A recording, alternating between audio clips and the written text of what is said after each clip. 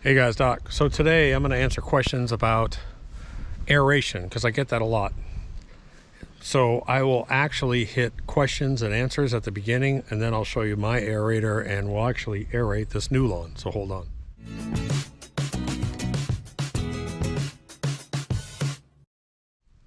Hey guys, don't forget, we cover a lot of this in the lawn guide, so get the lawn guides. There is a website for every grass.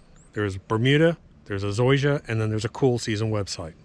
Get them, use them. We don't ask for any information. Don't sign up for crap. Just use them. They're up. So let's just dive right into it. This is a cool season lawn that we just seeded. So this was, if you haven't watched my other videos about the seeding game that we're playing out here, we're playing a seeding game. We're just putting a bunch of different seeds down, see which ones wins. But this was nasty, hard packed clay, almost white red. That's how bad it was. We finally got it to take. Yesterday I came out and I should be putting up a scalping video. Yes, you can scalp cool season, and one of the times you're going to do that is when you're going to aerate or when you're going to level or seed. So I scalped this down to the lowest setting on the Ego, which is about 1.25 inches. It's so bumpy out here. But the aerator I'm using is different than you're going to use. So let me answer the 99% of you guys are going to use a core aerator. So when do you aerate? You aerate during the active growing season. You want a lawn that's healthy and strong that can actually repair itself from the stress that aeration causes. That's number one. You don't want to do it when a lawn is weak or new. Do you leave the plugs on the ground? That's the number one question that we get. I've said in the past that we don't. A lot of people say, oh, it returns nutrients. Dude, it's the same crappy dirt that's sitting next to it. You're just leaving it on top of it. Personally, I pick up my clippings. I pick up my cores, and we use a leaf catcher. I've shown that in the past, and we pick up the cores. The other thing is as soon as you take a lawnmower and you start chopping up those cores, where do they go? They go right back in the holes. Why even aerate? So you're going to see it. You're going to chop them up. It's going to rain, and all that dirt's going to go right back and fill up the holes. The whole point is to make a hole in the ground so that you have decompaction, so that your soil can spread out. That's why you're doing it. You're also allowing water in, you're allowing oxygen, but it's decompaction. So allowing all that stuff to go back in is not good. But if you don't have one of those leaf sweepers, it's really a pain in the butt to pick them up. I understand. So a lot of people just mow them back in. Next question I always get is, what about my pre-emergent? Doesn't it break that barrier level? There's actually been a lot of studies out there that have been done, and one in particular that said no, it had almost no impact. Look, you're opening up, what, 2% of your whole, 2% of your whole surface area? It's not that big of a deal. Don't worry about it, especially if you're already into the active growing season. Your other grass will crowd it out. So let me show you mine. I've had this for years now. What, 3 years I've had my billy goat, and I'll tell you why I bought it. Now you guys are going to have trouble renting this unit because they're not, most of the aerators are just the regular core aerators. This is my billy goat.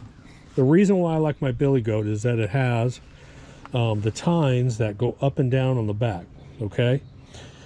And what I can do is I can actually replace these. So these are my golf green, I call them my golf green spikes, which are really fine spikes. Then I have big spikes, and then I have my core aerator. So I can take these off and I can change them. The nice thing about the spikes, the bad thing about the spikes is they don't help with compaction. What they're doing is they're actually just spreading the ground when they go in. They're not pulling a core out and opening up that soil for compaction. But back here, with the rain we've been having, new seed going on, we're going to put down HUMICHAR. So this spike action is perfect for this. The nice thing about spikes, you can't tell I did it.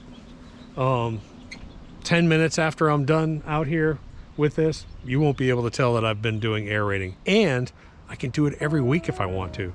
So I can come out here and I can spike aerate this every single week. Open it up, let the oxygen, let the water get in. It's just a cool way to do it. So we're going to aerate here.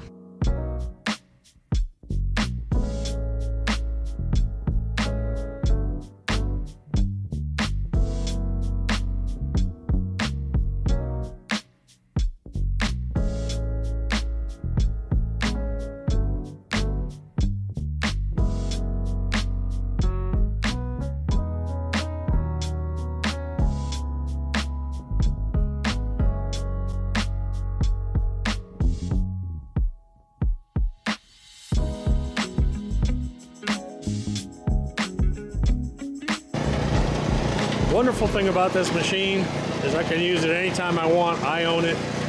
Like I said, it's gonna ran me about $3,000. Had it for 3 years and I've used it. I've used it a ton. It's already paid for itself in rental fees. But on this type of lawn, which is a hard packed clay, I can come out here and spike aerate this every single week. Every week I can come out and spike aerate this if I want and really help this out. Like I said, we're gonna dump out a bunch of HUMICHAR here after this. We've been doing PGF Complete and Dirt Booster, but I got an extra bag of HUMICHAR, so why not use it? I need to make one other note that I forgot to mention, and that is if you reel mow, you don't want to leave these cores on your ground because they have rocks in them. So if you're running a reel mower, do not leave your plugs on the ground. You want to pick them up because you'll have rocks in there and they'll just nick the living hell out of your reel. That really looks good. Okay, now it's HUMICHAR time. I actually found this bag at the other house. I was like, dude, we're bringing it over here. We're pounding down carbon, we're pounding down biochar and humic acid. That's what we did at our last house too.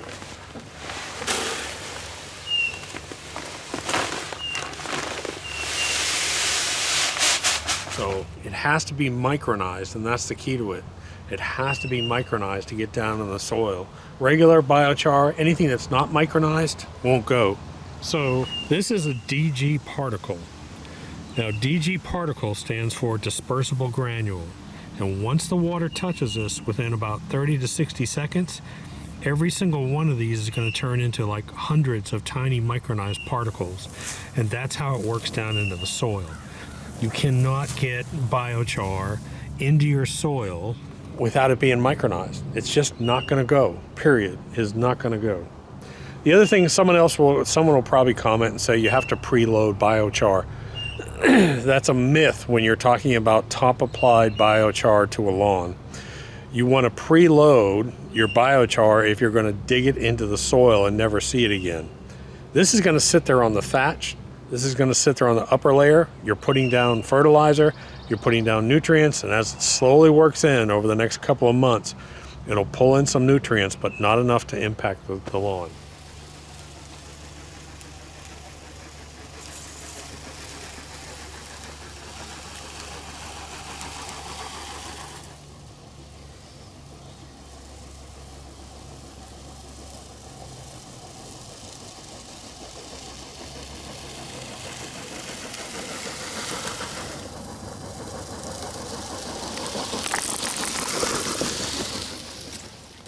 Ooh,